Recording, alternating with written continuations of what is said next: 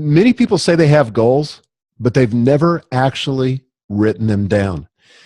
There's a researcher, Dr. Gail Matthews at the Dominican University in California, who did a research project, and she was studying goal setting. And so she had a control group of about 300 people that set written goals and compared that to a group that said they had goals but didn't write them down. And what she discovered was that you have a 42% greater probability of achieving your goals merely by the act of writing them down.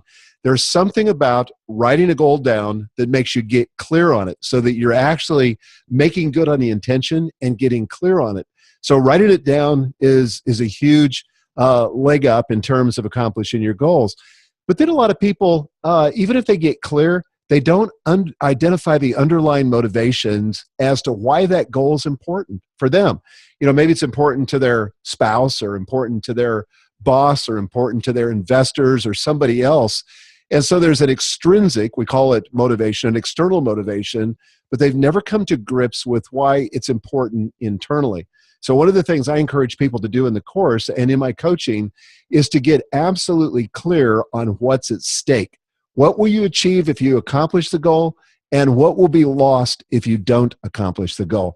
So a few years ago, when I was writing my book, Platform, Get Noticed in a Noisy World, which you mentioned in the introduction, I had a very busy fall season, and I was speaking a lot. I was out. Instead of writing, I was busy with a lot of different things, and the manuscript was due in November.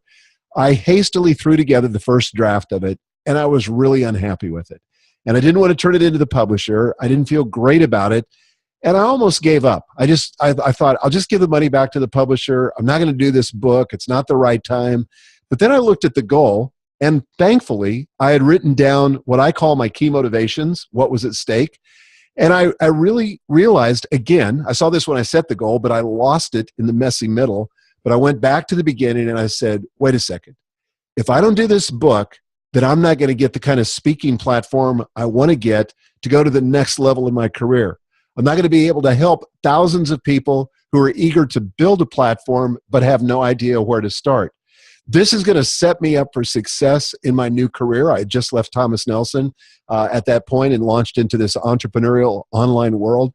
And so I reconnected with that and emotionally re-engaged with it. And I think that's a huge reason for why people lose momentum or lose energy after the first of the year when they've set a resolution, but they've not set a goal and they've not identified what's at stake. That's critical.